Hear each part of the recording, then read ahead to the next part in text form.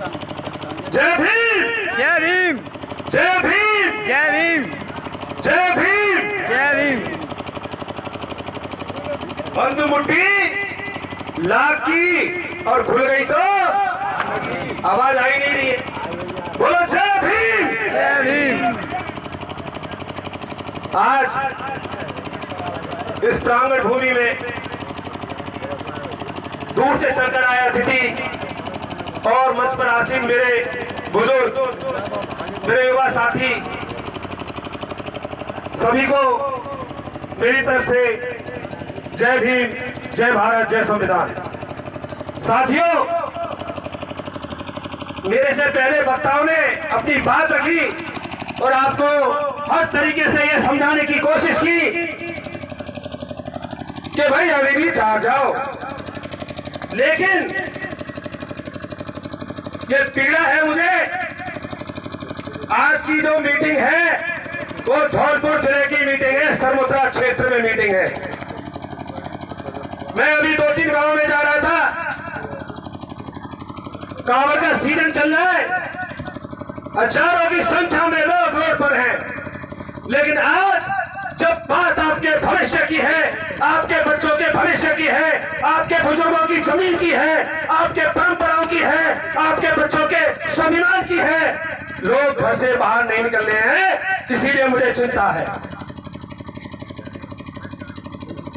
साथियों, धौलपुर और Karauli tiger reserve area 8 विधानसभाएं आती है। कितनी आती है? 8 विधानसभाएं। भाई पता है सभी को या नहीं पता है? मैं बताऊं कितनी आती है?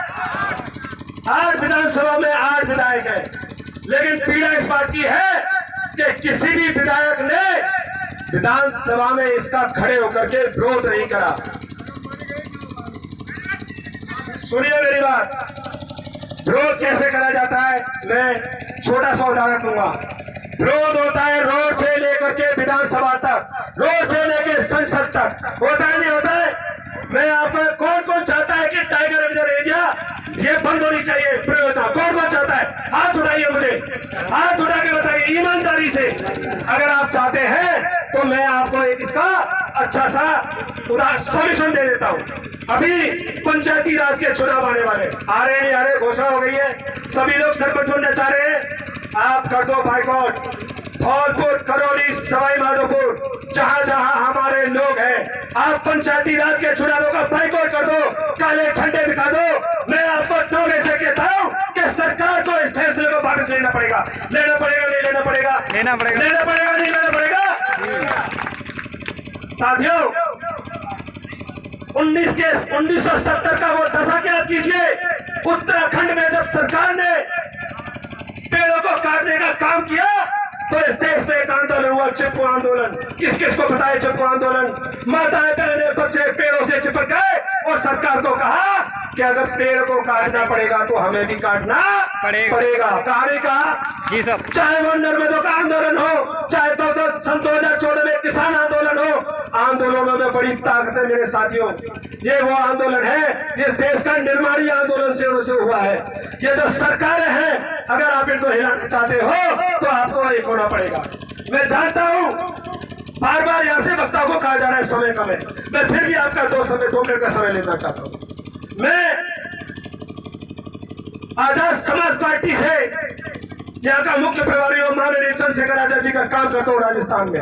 मैं आपका पूरी जिम्मेदारी से इस बात को कहता हूँ कि मेरा जो नेता है चंद्रशेखर आजाद, हम उनके पास यहाँ की समस्या को पहुंचाएंगे और पूरे दावे से कहता हूँ कि माननीय एडवोकेट चंद्रशेखर आजाद संसद में खड़े होकर के इसका विरोध करेंगे और जरूर करेंगे। और मुझे विश्वास है, क्योंकि माननीय चंद्रशेखर आजाद ने जब संसद से ताड़ा है इस सरकार के कानों में। जो सरकार होती है ना, वो कुंभकर्ण होती है। कुंभकर्ण होती है नहीं होती है? इसको जगाना पड़ेगा, इसको जगाना पड़ेगा मेरे साथियों। सरकार कहती है कि सर टाइगर रिजर्व एरिया बनाना है, सरकार कहती है भूमि पे हमारा अधिकार है। तो मैं सरकार को बताना चाहता हूं, वन अधिकार अधिनियम 2006, वन अधिकार नियम 2006 जो 1 जनवरी 2008 को लागू हुआ, और उस अधिनियम के माध्यम से हमारे एसटी समाज के लोगों के लिए स्पेशल अधिनियम है।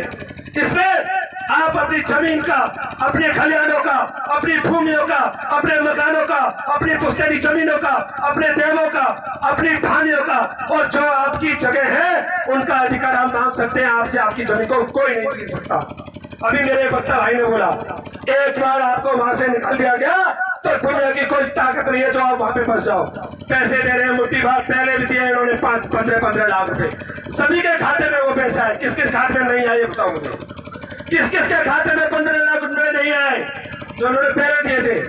अरे सबके में आए क्या? हाथ पर नीचे सबके, सभी के में आए क्या? तो मुझे बताइए, क्या दोबारा आपको 15 लाख रुपए मिल जाएंगे? मिल सकते हैं क्या? मैं आपको एक छोटी सी क्रोनोलॉजी समझाता हूँ। ये जो सरकार है राजस्थान में ऑलरेडी 4 टाइगर रिजर्व एरिया बने हुए नहीं बने हुए? भाई आप वहां पे टाइगरों को नहीं रख पा रहे हो, फिर आपकी ऐसी क्या मनसा है? आपकी जनरल करौली और धौलपुर पर है, करौली और धौलपुर पर आपकी नजर क्यों है? सरकार को टाइगर रिजर्व एरिया के नाम पे कटोरा लेकर के अंतरराष्ट्रीय बाजार में जाते हैं और कहते हैं साहब हम टाइगरों को संभाल रहे हैं, आप हमें झोली फैला करके पैसे दो। खेत हमारे उजड़ेंगे, मकान हमारे उजड़ेंगे, घर हमारे उजड़ेंगे, बच्चों का भविष्य हमारा उजड़ेगा, और घर किसके भरेंगे? सरकार के। भरेंगे नहीं भरेंगे? बताइए मुझे, भरेंगे नहीं भरेंगे? सम्मानित साथियों, मैं बहुत कम शब्दों में भी बात खत्म कर देता हूं। बस इतना कहना चाहता हूं कि एकता में शक्ति है। मुझे बार बार कहा जा रहा है कि कम समय लीजिए, हालांकि कभी समय मिलेगा तो इसमें विस्तार से हम अपनी बात रखेंगे। मैं आप सभी का धन्यवाद देना चाहता हूं और बस इतना कहना चाहता हूं, लास्ट में से एक बात कहना चाहता हूं कि जो जिंदा व्यक्ति है, वो जो मरा हुआ व्यक्ति है, वो भी अपने साथ 4 आदमी लेके चलता है। चलता है नहीं चलता? तो अगली बार जब यहाँ मीटिंग होगी तो यहाँ से संकल्प लेके उठिए कि जब हम दोबारा इस मीटिंग में आएंगे तो अपने साथ कम से कम 4 आदमी लेके आएंगे। आएंगे नहीं आएंगे? आएंगे नहीं आएंगे? इन्हीं शब्दों के साथ मैं अपनी बात खत्म करता हूँ। जय भीम, जय भारत, जय संविधान। धन्यवाद। बहुत बहुत धन्यवाद चंद्रशेखर साहब। संघर्ष समिति के पर बात आ रही है कि संघर्ष समिति का गठन करना है।